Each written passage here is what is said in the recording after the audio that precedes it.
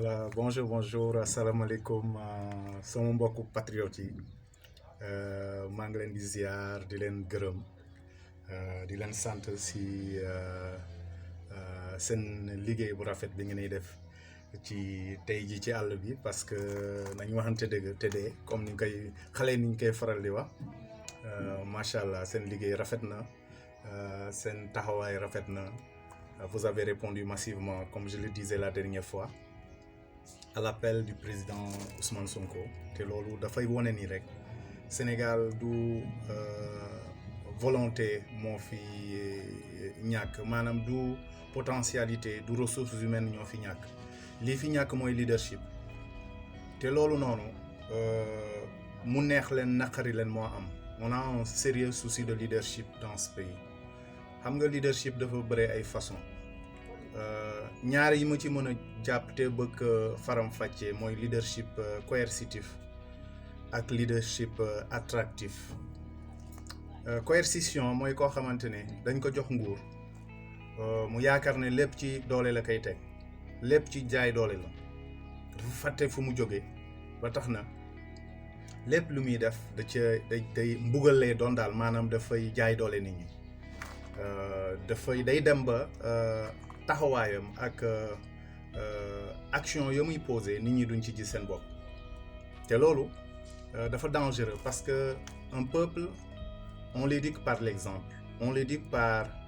disons par l'empathie on l'éduque c'est vrai que moment sanction bu jotee da ngay sanctionner parce que loolu dafa am solo looloo tax d'ailleurs ñu teg fi ay loi comme disait l'autre dur à l'ex c'est à l'ex la loi est dure mais c'est la loi alors tey dama ñëw ci vidéo bi pour wax leen ni ñun leadership ba ñu soxla tey jii mooy leadership coercitif leadership attractif autant pour moi leadership attractif parce que dafa am solo leadership attractif su ma koy tënk mooy koo xamante ni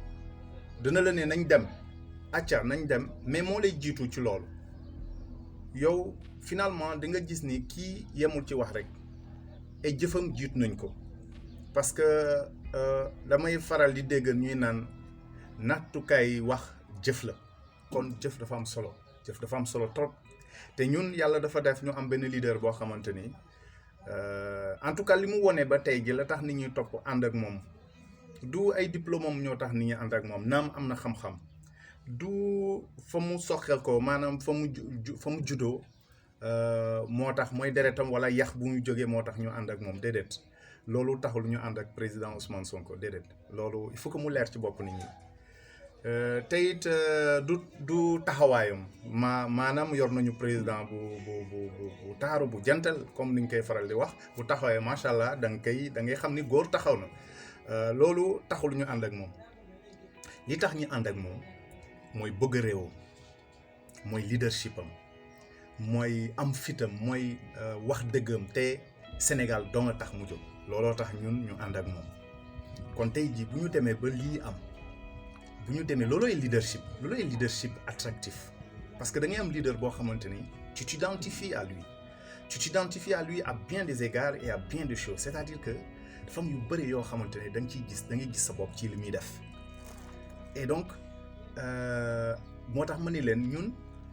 Sénégal ñàkkul ay compétences ñàkkul ay valeurs ñàkkul ay ressources humaines mais lu ñu raflé mooy leadership loolu mu neex nit ñi naqari leen dañoo raflé leadership ci wàllu politique heureusement ba tey ji la jeune génération mooy ñi nga xamante ni tey ji seen conviction seeni conviction seeni valeur ute na trop ak la vieille école bi fi nekk te ñu war ko fi jëlee kon pour revenir à l'essentiel su ma tënkee loolu yëpp dama bëgg nit ñi comprendre mbir mu am solo mooy les vacances agricoles patriotiques keroog ci vidéo bu ndaw bi ma def maa ngi doon ne nit ñi c'est une chance pour nous chance bu rëy la ñu sóobu ci vacances agricoles patriotiques heureusement ba appel bi rencontré na adhésion bu massive maanaam comme on le dit le message n'est pas tombé dans l'oreille d'un sourd aujourd'hui jeunesse bi identifié nañu bu baax a baax ci message bi te loolu sag la ci ñun sag la ci waa Pastef c'est vrai damay dégg sunu pourfendeurs yi maanaam ñi ŋàññ vacances agricoles patriotiques mu ne ñu ni ñu dugguleet yéen ngeen tàmbali loolu dëgg la mais ñun bañuñu roy lu baax justement quand tu dois copie ce qui est bon maa ngi saluer au passage le grand patriote Thione Niang ñi nga xamante ni il s'est investi pleinement dans l'agriculture da mu ngi def ay affaires yu extraordinaires c'est très bien ñun bañuñu ku ñu won exemple bu baax parce que roy booy royal lu baax dafa am solo kon ñun bu fekkee nit ñi dañ jàpp ni dañoo maanaam dañoo copier dañoo plagier ñeneen ñu jiitu lu baax la waaw lu baax la man dama jàpp ni lu baax la parce que nag xam nga li gën a bon mooy siisu mooy bañ nga gis ni lii baax na mais sa réyaay da nga rëy ba nga xamante ne du la ko jaral doo ko def man loolu gëwuma ko man su ma gisee lu baax te mu leer na ni njariñ kese la dama ciy sóobu ba mu jeex tàkk parce que loolu noonu li nit def ba génn ci te mu doon lu baax war naa ko mën a def ba génn ci donc loolu moom awma ci benn problème donc waa Pastef ne soyez absolument pas gênés ne soyez pas frustrés ou ne soyez pas comme on le dit bu leen rougir quoi wala bu leen noircir si waxu ñi yàq der ñi nga xamante ne dañuy yàq xel déedéet ñun Ousmane Sonko dafa lancé appel bi ñu gis ni taxawaayam doy nañu mu jaral ñu dugg ci àll bi ñu dugg réew taax ñu bëri musuñu ko def ñu bëri réew taax lañu xamuñu agriculture gàncax sax nu muy saxee musuñu ko gis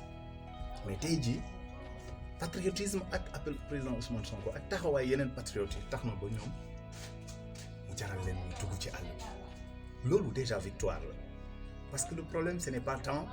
ce que nous allons récolter le problème c'est l'engouement c'est la détermination qui anime aujourd'hui ces milliers de jeunes à travers le Sénégal tous les jours ñuy poster ay vidéos tous les jours nga gis leen et puis li ci gën a doy waaru te gën a neex ci yëf yi mooy enthousiasme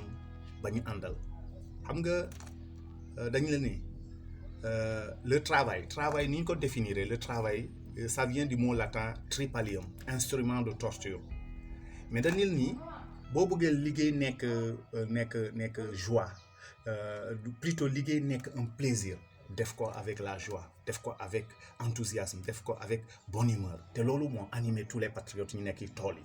da nga gis ni seen liggéey bi dañ ci ànd ak cawarte ànd ci ak ban mbégte bu rëy loolu noonu lu jafee gis la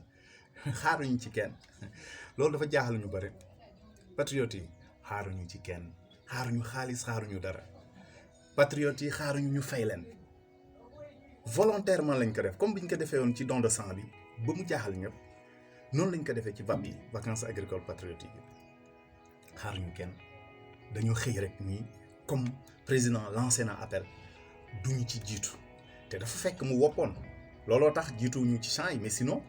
daf ñoo naroon a fekk ci champs yi ñu bokk ko parce que ku ko xam ni li muy wax ndimbal na ci fekk loxol borom loolu la ñuy faral di wax lead by exemple c'est-à-dire que learn by exemple et autant pour moi apprendre par l'exemple et c'est ce que nous a montré notre président Ousmane Sonko une chose extraordinaire alors damay jàpp ni vidéo bi nii c'était juste benn introduction bu ndaw fan yi dinaa leen defal ay vidéo yu bare parce que bëgg naa ñëw ci ay aspects yu bare ci vacances agricoles patriotiques parce que man dinaa wax certes ci concept bi de façon globale li nga xamante ne mu ngi xew ci réew taax mais dinaa wax surtout ci ñi nga xamante ne ou plutôt li xew ci kaw ga parce que foofu la vacances agricoles yi c'est au niveau de la zone rurale dans les champs et autres yooyu noonu dinaa ci wax mais également dinaa wax surtout ci nan lañ mën def pour matérialiser les VAP ci réewu taax en ville à domicile parce que fan yi woon naa leen gis ngeen lii nii li ngeen gis nii muy law nii lii nii ay concombre la xam nga kii ci fenêtre bi la nekk sama fenêtre kër ngi nii mais lii concombre la lii nii lii papaye la lii ne ci ginnaaw yëpp concombre la mais est-ce que lii c'est extraordinaire? Non, ce n'est pas extraordinaire du tout. du lu jafewul, mais c'est que juste benn volonté la bu ànd ak imagination,